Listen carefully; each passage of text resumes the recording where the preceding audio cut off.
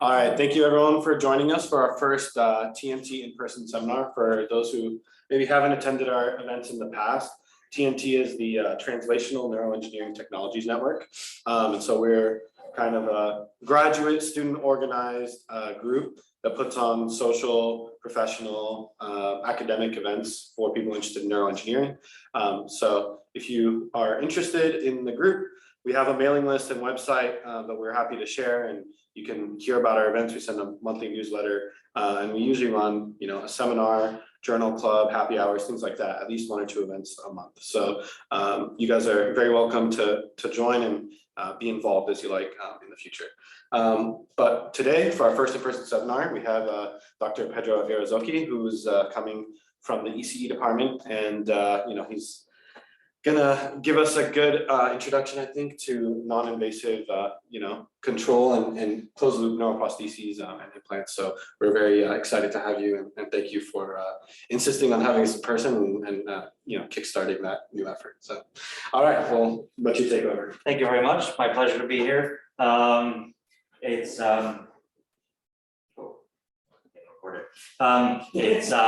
nice to be here. It's a small group, so it interrupt away as much as or as often as you'd like with questions, so we can make it more conversation and less of a standard podium talk. It's fine as well. So I've been here for only about a year. It's been wonderful. Before that, I spent about 16 years at Purdue University building the Center for Implantable Devices, and a lot of the work that we did in closed loop neuroprostheses for a variety of applications, including epilepsy. What was interesting is when I first started as a faculty member, my intention was to become a chip designer. I was going to be, so that's what I did in my PhD. I designed microchips, and my intent was to become the world's best chip designer for biomedical applications. And then I was going to work with somebody who did electrodes, so that I would have an input and an output to my chips with the brain. And I was going to work with somebody who did packaging, so we could implant everything inside of the body long term. And I was going to work with somebody who did animal research. I had all this planned when I applied to the job there. And then I got there, and we didn't have any electrode people. And there weren't really any packaging people either. And nobody was really working on whole animal neuroscience. And so we ended up doing surgeries and packaging and electrodes and all this other stuff. And I ended up being much less good as a chip designer than I had thought I would be, and a little bit better at a whole bunch of other things than I anticipated being. And we ended up becoming much more of a systems lab than an individual technology lab, because that ended up being what was necessary in order to develop devices that could address a specific clinical need in a way that was translational, that we could get to a clinical trial. And so what I wanted to present for you today was one story around and what we did in that regard. And I wonder if we can we flip the screens or not really? I asked them and they said Okay. they could do it. But Well, let me just roll this over here then, so I'm not standing in front of the slides. I don't know, you don't really need to see it, but anyway, it doesn't matter. All right, so we built the device, and the device is able to record data. So this is an animal, and the animal is having a seizure. And a certain number of human patients with epilepsy, there's about 1% of the population has epilepsy. So in the United States, this is about 3.5 million people. Of the people that have epilepsy, 3.5 million, about 30 to 40%, so at least 1 million people have what's called intractable epilepsy, which means they don't respond to pharmacological treatments of any kind. They don't respond a little, they don't respond at all. They don't respond. As as industry continues to develop new pharmacological treatments for epilepsy, they do better and better, hopefully, for the 2/3 that do respond, but they do nothing for the 1/3 that doesn't respond. So there's a need for a different approach, like, for example, electroceutical devices, implantable electrical devices that people like me design, people like Matish design, to address that need.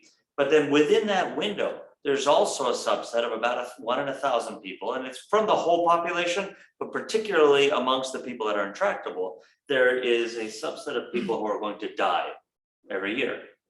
About 1 in 1,000, which translates to between 4 and 10,000 people in the United States every year dying from a seizure. And this was called sudden unexplained death in epilepsy because it happened suddenly. No one had any idea why, and it resulted in death. And over the years, a number of different groups have been trying to figure out what is the U, what is the explanation for the unexplained. And we've been coming up with different sorts of experiments to try to get at it. There was something approaching a consensus that it was not a neural, it was not a brain death, it was either a cardiac or a respiratory death. And the feeling was that it was probably a cardiac death. And so we built a device, which we call the BioNote, and I'll show you in a little while, that allowed us to record the electrical activity in the brain from a variety of different places, and simultaneously to record the breathing in the animal, and to record the heart rate in the animal, and to record the blood pressure in the animal. So we could try to record, we could record lots of other things too, but this is a sampling of the things that we could record. And this is an animal that is in the middle of dying from SUDEP. So we can give animals epilepsy, and we can replicate the human condition and study based on that. And what you can see here is that the first thing that stops is the breathing. And after the breathing stops, the heart rate goes down. And after the heart rate goes down, the brain ECOG goes down. But it's breathing first, and then heart and brain second. So it's a respiratory problem. And this whole thing came about because we were looking at a video of an animal. So we have that data, but even before we had that data, we were looking at a video of an animal that was having a seizure, and the animal died. And we went back and watched the video of the death. And what you can see was that the animal was breathing, and then the animal wasn't breathing. But while the animal wasn't breathing, it was trying to breathe. So there was respiratory effort. You could see the chest heaving, but there wasn't air moving through the nasal cavity into the lungs. So we started to explore it. Quick question. So for this setup, you're literally like you get animals that have epileptic disease. So we just take healthy rats, particular kinds, straight dolly usually we give, and then there's many different models of epilepsy, which is different ways of giving them epilepsy. You can do it with injections of a chemical like canic acid, which is this data. You can do it with injections of something like, for example, tetanus toxin, the same one that gives you tetanus, doesn't give rats tetanus. But if you inject it directly into the hippocampus, they have seizures for a period of time, which approximate human seizures in interesting ways. So every model will cause seizures, but then the debate is, there's lots of ways to cause a seizure. Is this, with the fact that you've got the animal seizing, doesn't necessarily mean that you've got a model that is representative of what happens in humans.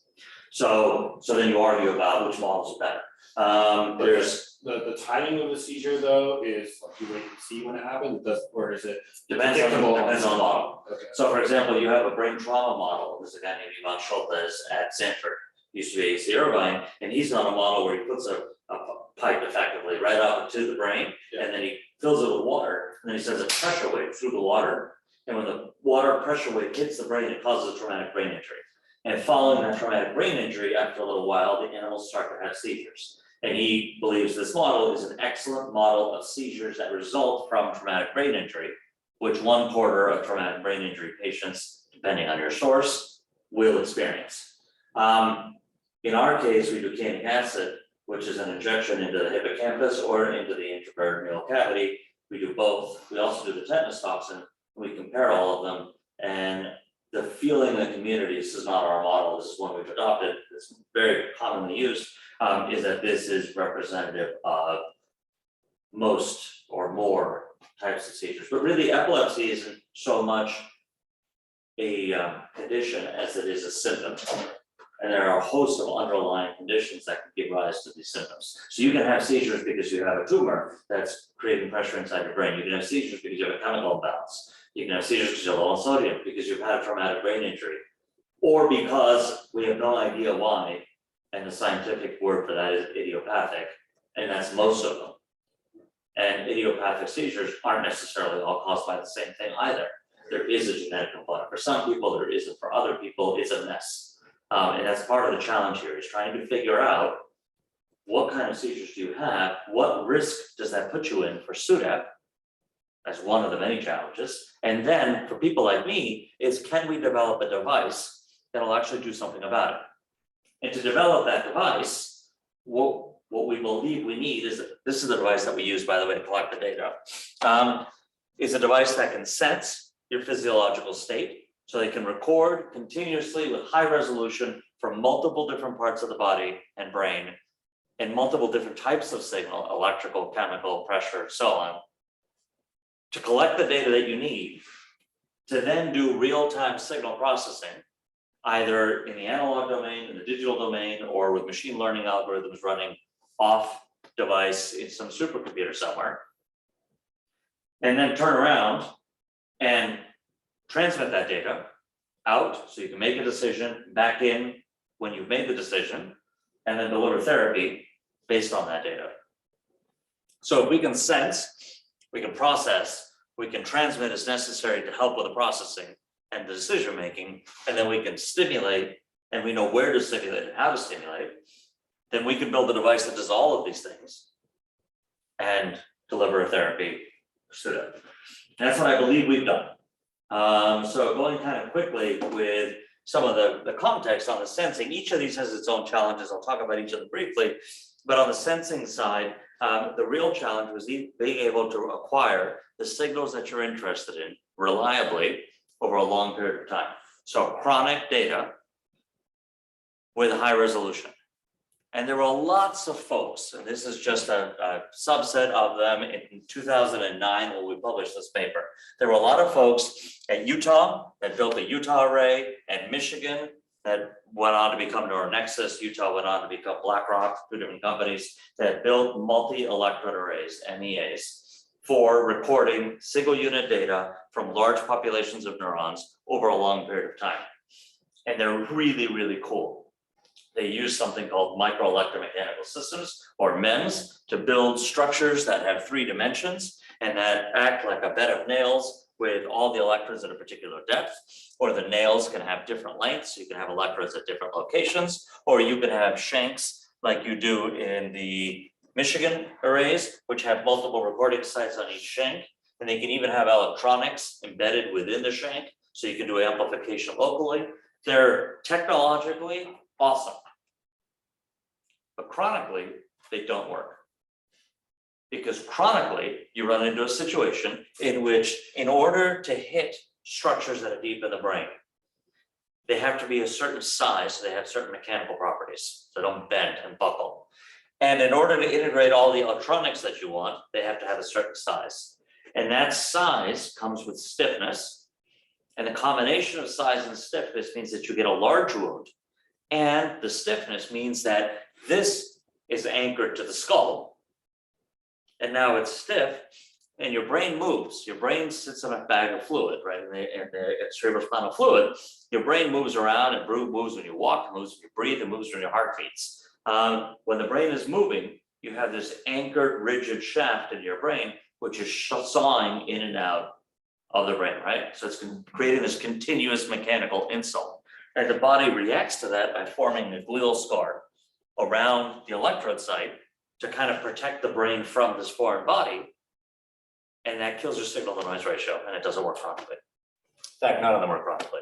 And at one point, DARPA started a program, the DARPA HIST program, histology program, to try to figure out, all right, so here's a little paper that compared them kind of quickly.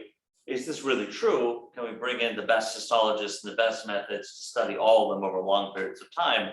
And there's a lot to that study, and a lot came out of it. But the bottom line is, yeah, basically it's true. So quick question, so time-wise, what's the distinction between acute and chronic recordings? How long does that actually last? About 7 to 10 days. So it works for up to a week, and by 2 weeks, it doesn't work. And in the middle, they fall off. Now, this is all in rats. So some people will tell you, hey, we do this in primates, and it works great. And there's a question about how great does it work, because there's not that much data out there. There's not a lot of chronic data out there. But perhaps it works better than rats. Rats and humans are different. Our immune systems are different. So just because there's a problem in one doesn't mean there's a problem in the other. But because we do all of our work in rats, and many people do as well, we wanted to address the problem. And so the 2 things that were the problem was the thickness and the stiffness, and they were related. And what we wanted to do was make something that was so thin, right? So here's the cartoon of the design, and here's a photograph of what we actually built. We wanted to build an electrode that was only 20 microns across. And because it was 20 microns across, it would make a small injury. And anything below about 25 to 30 microns makes an injury that the body does not respond to. And then if it's flexible, then you don't have that repetitive motion and the body won't respond to either.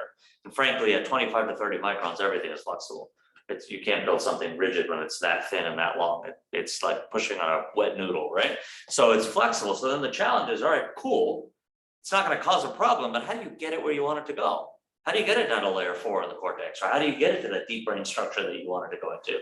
And so the idea that Arafat, one of my former students, had was that, so if you're driving a nail into wood, right, you're hitting the back of the nail and the nail has to be thick and rigid so that it doesn't bend, right? If you're screwing a screw into wood, it doesn't have to be those things. And in fact, you don't actually push on a screw or whack on a screw, or you're not supposed to, right? Once you get it started, all you do is turn. And then the threads at the tip of the screw bite into the wood and pull the rest of the screw down with it. So we took an electrode and made it very, very thin. The imperfections around the tip of the electrode would make it such that if we just turn it, it would pull itself down into the tissue. It does. And it works really well. So you can get the electrode to thread down. In this case, we're targeting cells in the pre-Bossinger area, which is in the brainstem, that are related to respiration and seizing animals. And we can hit an individual neuron on day 1, and you can see the bursts of firing. And there's some noise because it's day 1 and things take a little bit to settle down. But by day 8, you can see the really clean bursts here in blue. And then the black trace above it, that's a temperature sensor in the nasal cavity measuring air going in and out of the lungs. So you can see the breathing lines up with the brain activity. And the reason we were doing this is because we were trying to figure out if the animal stops breathing, is it because the brain says stop breathing or something else? And I already gave it away and said it was something else, but it's something else. And so you can see when the animal stops breathing and the animal dies, this neuron is firing the whole time saying, breathe, breathe, but the animal doesn't breathe. I'll get to why. Anyway, it works on day 8, 21, 34, 50. It lasts. And it lasts because it's small and it's flexible. So it's awesome. And it's also terrible because it's just one electrode in one spot. And if you wanted to do 150 of these things, well, you couldn't. So it's got its limitations like everything else. But for what we needed it worked. And it generated unique data. There's been other projects and other things, but that's one. So now we have data. Now we need to process it. How do we process it? Well, you can do it in the analog domain, right? You can say, have you crossed the threshold? But that's not very interesting. You can do it in the digital domain. So you can say, all right, here's our recorded data. And now we're going to look at it and we're going to put it through some algorithm that's going to say, all right, when do you have an event, a spike? And then if you had an event, how long has it been since the last event? And you're going to count the inter-event interval. And then if the inter-event interval is smaller than some threshold, then you're going to track how often that happens. And if you have a number of inter-event intervals below a certain threshold, the number of times, you're going to say, we're having a seizure. There's lots of different algorithms you could implement. That's just this one. And this algorithm detects seizures with high fidelity, as well as anything that was commercially available or in the research literature at the time. But what was cool about it, my opinion, was that we could take this simple digital algorithm and we could implement it in sub-threshold CMOS. So an integrated circuit running below the power at which CMOS really turns on. So it's low power. And then if you compare it to everything that was available at the time, you can find that achieving the same accuracy, we could do it with between 6 and 2 orders of magnitude less power. We were doing this with nanowatts for seizure detected, which means you can basically throw it on any implantable device and it's free. Because the power is so small compared to the amount of power that you need to use to do telemetry, for example, that it's effectively in the rounding, it's in the noise. So you can do simple algorithms for free. But nobody's doing simple algorithms anymore. People are doing machine learning nowadays. And so the question is, can you do ML for free? So it's easy to find an ML person, especially at Hopkins, who does incredible things. But you look at their setup and they've got a rack of GPUs in a room that's too warm because the air handling is not always perfect. And these machines kick off huge amounts of heat because they're using huge amounts of power. And if they can do seizure detection reliably or prediction even reliably, that's awesome. But if you need a supercomputer to do it, it's not practical.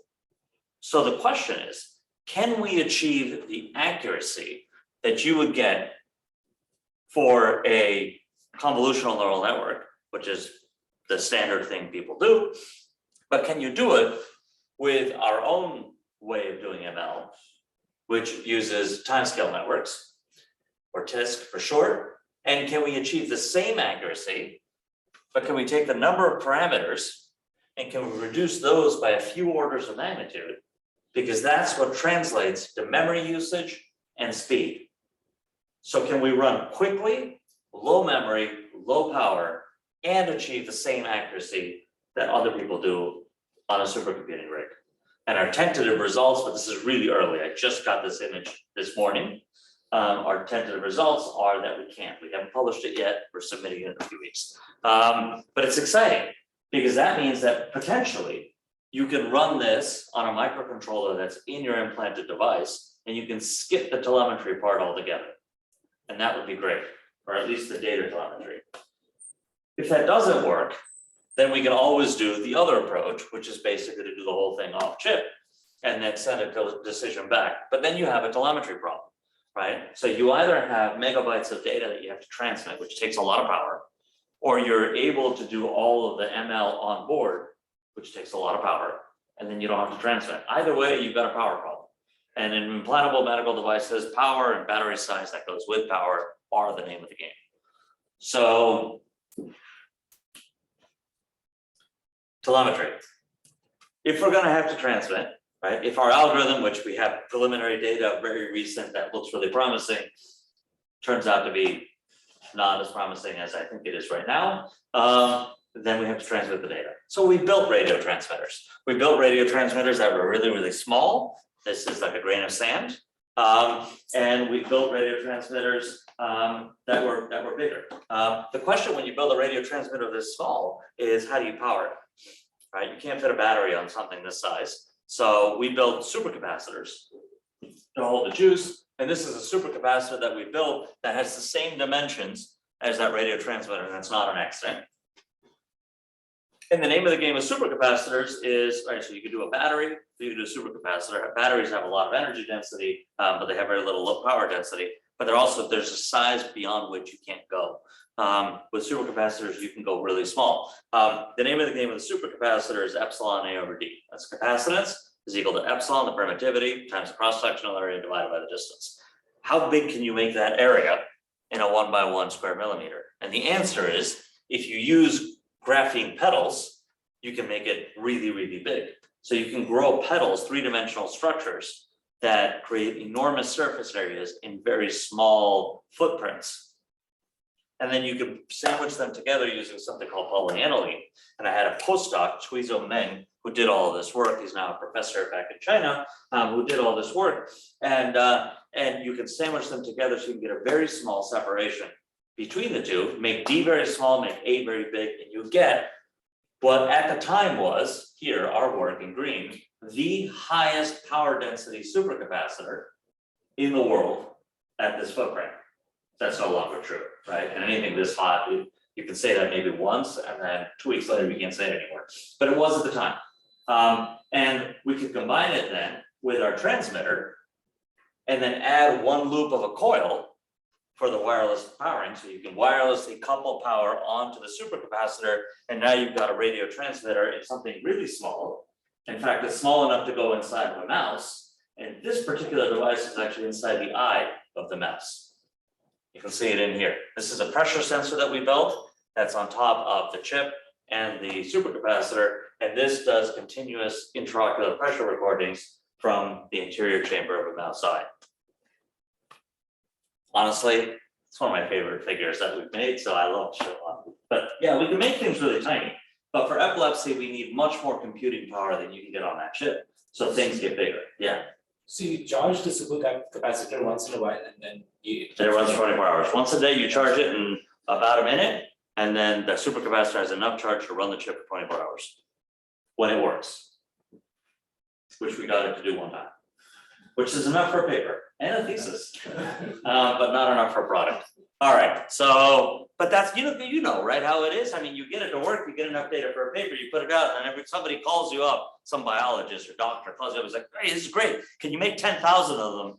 And I'm gonna implant them in 10,000 animals. I'm like, given my yield, I would need 2 million animals to get 20 to work. So that's and that doesn't mean the work the student did wasn't great. It was. And it doesn't mean that what we do isn't high impact. I think it is. It means that there's this whole other world, which is how do you take something that works 1 in 1,000 and drive the yield so that it works 99.999% of the time.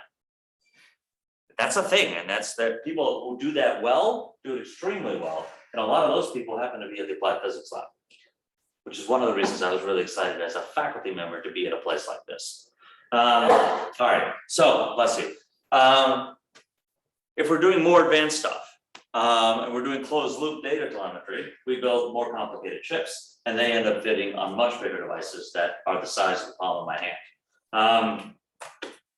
Or the size of this glass tube, which is another way we built the same device, with interesting circuitry on it as well. This is all wirelessly powered too. This one is wirelessly powered all the time. The last one, this one has a battery in it that we charge up, and then the battery will run for a couple of weeks depending on what you're trying to do, and then you have to recharge it. So you can do it with a battery, you can do it without a battery. Honestly, most of the time now we do a battery.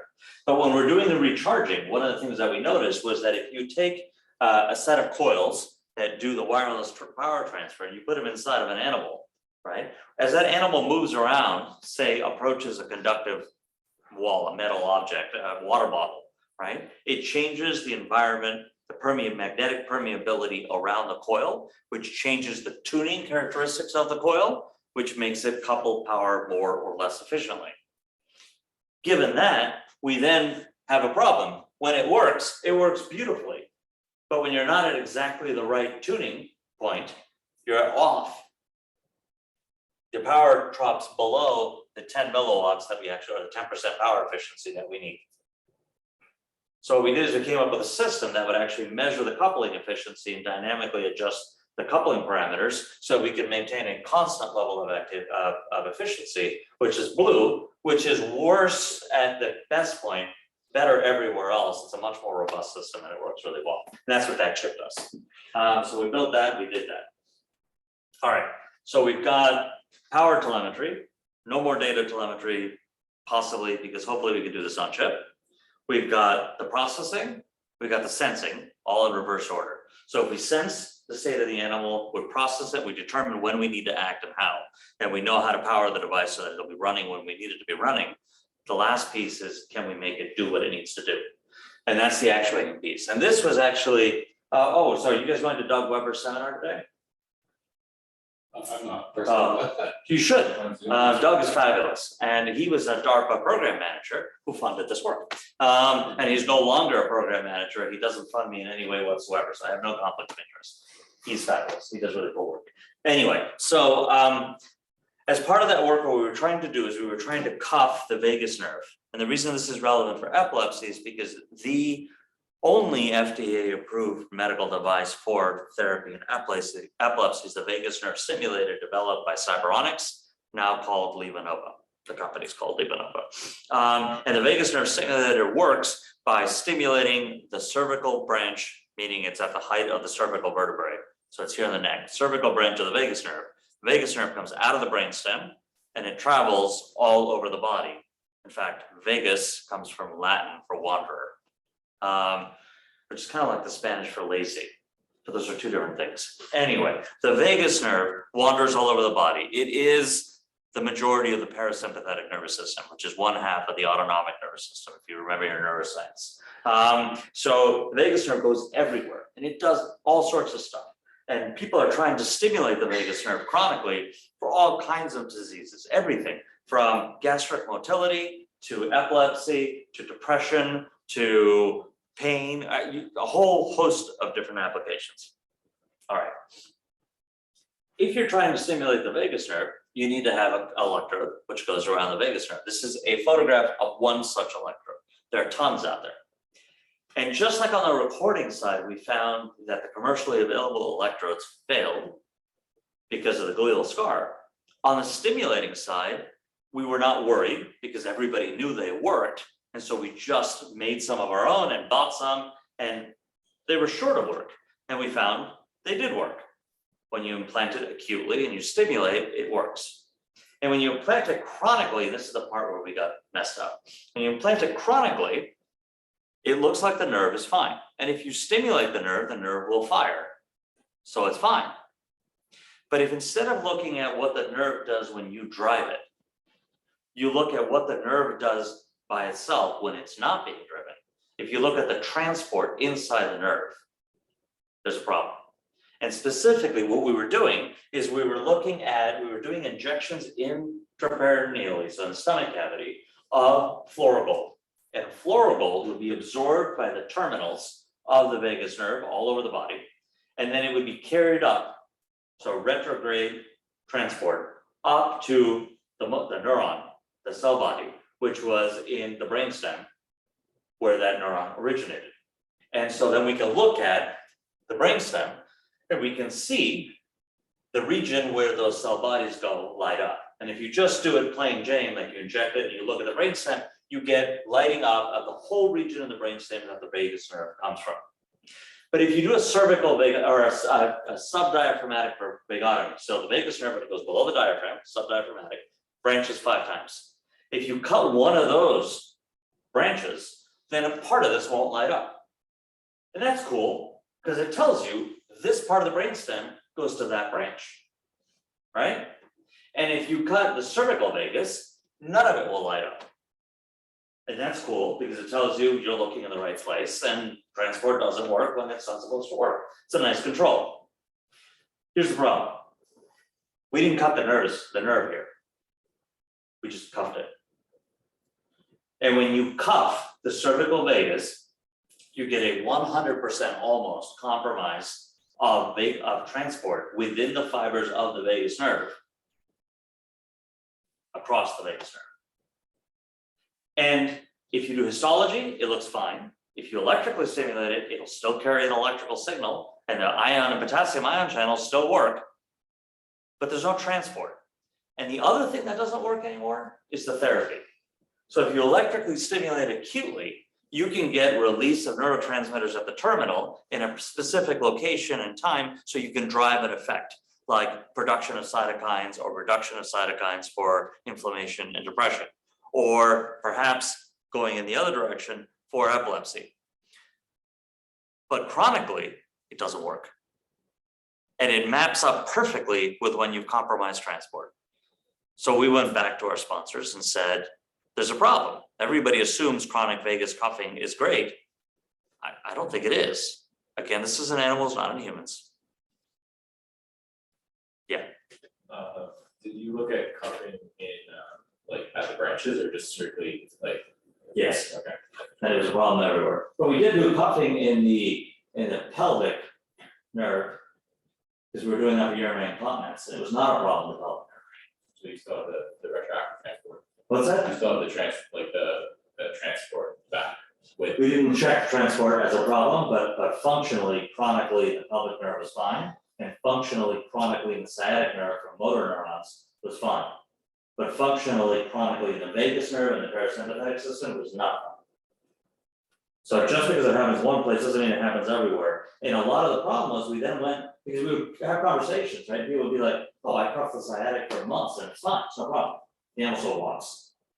Different nerves are different. And so you start looking at these things and you go, well, this can't possibly be true, right? You have an entire DARPA program that Doug ran. An entire DARPA program that's focused on chronic vagus cuffing for all of these conditions. And you have an entire NIH SPARK program stimulating peripheral areas to relieve conditions. And the peripheral areas are almost all vagal.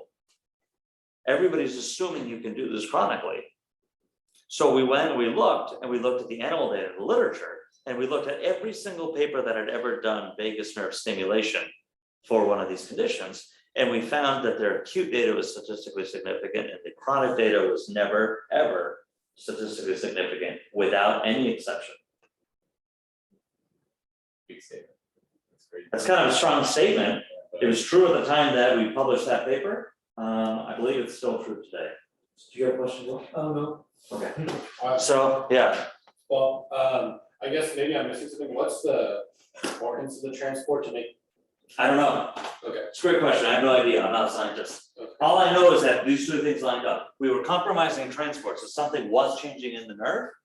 And also, it didn't work anymore. So acutely, it worked great. Chronically, it didn't work. Why do you think the cup would limit the transport, just because of the pressure? Some combination of the mechanical strain around the nerve and the fact that the cuff has electrodes. Electrodes are made out of metal. Metal is not flexible and stretchable. So you can make the cuff as flexible and stretchable as you like. Ultimately, you have a metal wire around a cervical nerve that's tied to a device. And every time you turn your head, you're yanking on the nerve. And that's possibly causing a problem. It's definitely causing a problem in this scenario. And it's definitely not causing a problem in other scenarios, like the sciatic. So, Oh, sorry. yeah, So in the acute setting, the transport was working? yeah. Okay. And in the acute setting, the physiological effect was working too. Right. So, okay, so what do we do? Well, we came up with a way of stimulating the vagus nerve with a cuff that doesn't touch the vagus nerve. In essence, what you do is you have an array of electrodes, and with one electrode, you create the blue sine wave. With the other electrode, you create the orange sine wave, and they come from different parts of the nerve. And when they meet in the middle, they create this waveform, or this one, depending on whether you're over-modulating, under-modulating, or fully modulating the waveform. It doesn't matter, don't worry about it. It's different. But if you look at the outline, the envelope, that envelope is set to a frequency that stimulates the nerve. And so the nerve, it seems, is doing envelope extraction like an AM radio receiver, and it's reacting to that. Was our first pass. Regardless, we got it to work. Other people have gotten it to work too. The interesting thing is that we played around with it. And what we found is that the envelope, it's a great explanation. It sounds awesome. It's not it. You can change the amplitude of the envelope and it has no effect whatsoever on the nerve firing. The only thing that matters is the amplitude of the overall signal. The thing is that you have to have the trough be below threshold and the peak be above threshold. Otherwise, the neuron, it's not that it doesn't respond, it's that it blocks. So if you want it to fire and not block, you have to go above threshold and give it little resting periods in between. And then you'll get firing. But it's not an envelope extraction phenomenon. It's a pulsing phenomenon. But that works. And there's more story to that too, but that's a lot of the work that we're doing actually here at Hopkins since we arrived. The long and short of it though, is that we can create a hotspot anywhere on the outside of the nerve and preferentially stimulate there. And more recently, we think we figured out how to do a hotspot in the middle of the nerve, but not on the outside. And that means that if you have a cross section of a nerve, this is a sciatic, and we can identify there's a fascicle that goes to one muscle here, the plantar muscle, and a fascicle that goes to a different muscle here in green, the bicep femoris. We can stimulate one or the other, and this is a measurement of muscle activity, depending on where we put the hotspot, which muscle, the green one or the tan one, contracts. So it works acutely and now hopefully chronically, and that means we can now do this on the vagus nerve in epilepsy and hopefully drive the anti-epileptic effect without driving other effects and avoiding the side effects that you would get from exciting the entire parasympathetic nervous system every time you want to deliver therapy. So in the top title, you had non-invasive. So is this what you're considering to be the Yes. non-invasive part? Yes, because this is now a little further away. And now we're going to take it even further away. What is the resolution you can target? It's a good question. I don't know yet. We're trying to see how small we can make it and how big and how far away. So it's a percentage of how far away your electrodes are. So the more you move the electrodes away, the bigger the spot's going to get. The closer they are, especially if they're around the nerve, then you go back to the old cuffing problem. I don't know the answer. Not because I don't know, we don't know the answer yet. We're still trying to figure it out. So with data so far, you are just simulating, no sensing yet, right? No, we're still sensing neural activity, respiratory activity, and cardiac activity. But we've already figured out how to do that non-invasively.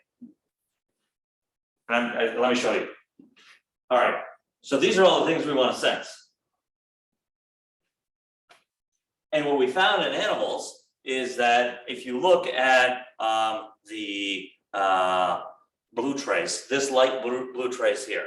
You look at this light blue trace, This is the respiration rate in an animal. We've established that it's breathing, that's the problem. So if we have an animal and it's not having a seizure and we provoke a reflex, then the breathing slows, recovers, and it's fine. All right, what reflex are we provoking?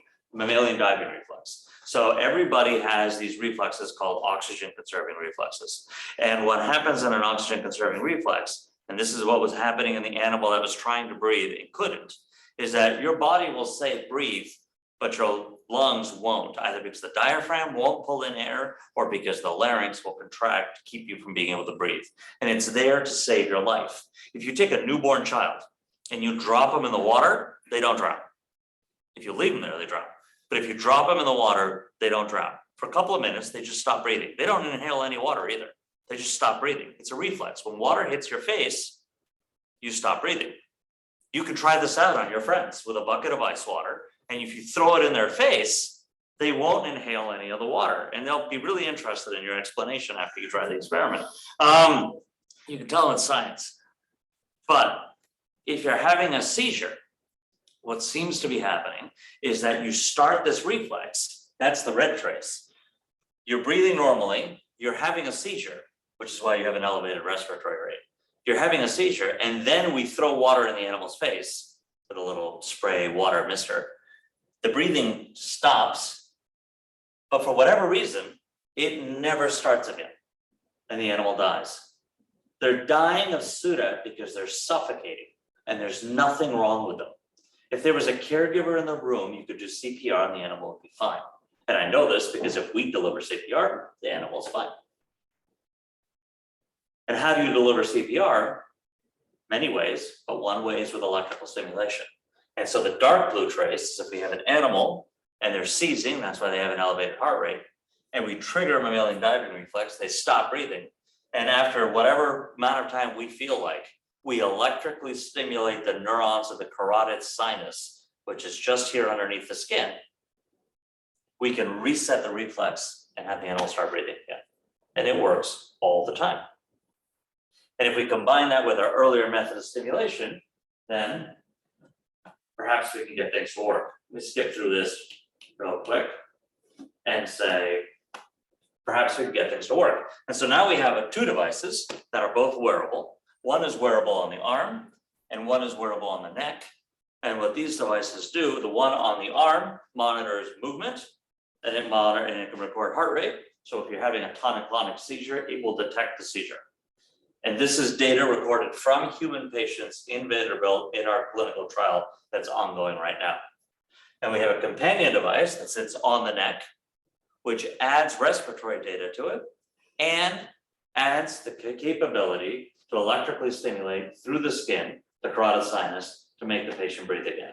So at a minimum, what we have right now, which doesn't have the stimulation shown here, allows you to detect a seizure, detect respiratory distress, and wake up a parent, caregiver, what have you, to let them know this person isn't breathing. You can go 3 minutes without air. So as long as somebody gets there within 3 minutes and starts doing CPR, you're going to be fine. So that'll save lives. And then subsequently, the next clinical trial involves a device that is wearable that stimulates through the skin that allows, if you don't have anybody nearby to come in and get you within 3 minutes, the device will automatically restart your breathing. It's 12:15. What's that? It's 12:15, just for your. Yep. And this is, as everything else, right? I get the fun job of presenting it, but the work all happens because of the graduate students. These are the graduate students that are with me here at Hopkins right now and who are involved with this project, particularly the ones in bold and black. And actually Laura has joined us in the last couple of months, and she's deeply embedded with this as well. So with that, thank you very much.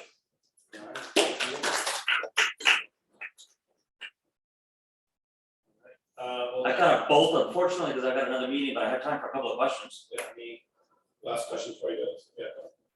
I'm just really curious if you focus mostly on the these. I don't know how to ask the question other than to say have you tried any other sort of mechanical flexible simulators for vagus nerve? Yeah, so there's a guy named Walter Voigt at UC Dallas, so there's a lot of really cool polymers, and a lot of what he does is matching the mechanical impedance of the polymer to the tissue, and he doesn't just put a metal wire in it to ruin everything. He actually tries to make the conductive strips also be flexible and mechanically impedance matched, not electrical impedance, but mechanically impedance matched to the tissue. And there's some really cool things there. I work with Walter, and we're happy to try out some of his designs. We haven't done so yet. We did some of his earlier ones, which had metal in them, and they did not work. We haven't tried some of his most recent designs yet. But the truth is that a lot of how, so different people define impact differently. In a university setting, people talk a lot about citations at H and X, and that's fine. There's nothing wrong with that. Get your Nature paper out and get thousands of citations, fabulous. But me personally, it's not better, and I don't think it's worse. Me personally, I define impact as is what I'm using, what I'm developing, being used by a clinician in a hospital setting. And if it's being used in a human being, then I feel like I've done something. And if it's just being cited in papers, then that may help me get promoted, but it's not going to do what I want to do. If what you're driving for is clinical impact, then moving from an implantable device to a wearable device is always going to get you there faster. So as much as I ran the Center for Implantable Devices at Purdue, and I run the Cybernetic Implantable Devices Lab at Hopkins, same initials. Right, so I didn't have to get the logo. That's really why. So as much as I do implantable devices, and there's a lot of cool technology there, at the end of the day, I have a device in glaucoma human clinical trials, and I have a device in epilepsy human clinical trials, and they're both wearable. So it's just faster, easier, more likely to happen. And that's why I do it. So, quick question, so is there any work on, like for these devices which are very low power implantable devices? Yeah. Harnessing ATP itself to power the. That's a question I get almost every time I give a talk. So, all right, you talk about all these electrical ways of transmitting power. Can you harness ATP? Can you harness blood flow? Can you harness respiration? Can you do temperature gradients across the eye, particularly people have looked at? The answer is, in theory, you can do lots of these things. In practice, I always hear stories about so-and-so is doing this very well, but whenever I've looked into the details, it's really cool, but it's not ready for prime time. In other words, I can't get the power I need reliably in a medical device using anything other than a combination of battery and wireless charging. So we do different things. You know, some of the devices we make are just cool engineering challenge devices. Some of the devices we make are implantable closed loop devices we use in animals in an implantable setting. Some of the devices we make are wearable, much less cool, much more reliable human clinical devices. It just depends. Awesome, I think he needs to go, so again, thank you very much. Thank you. I apologize for having to run, but I've got to introduce the dean in 5 minutes. Thank you. All right.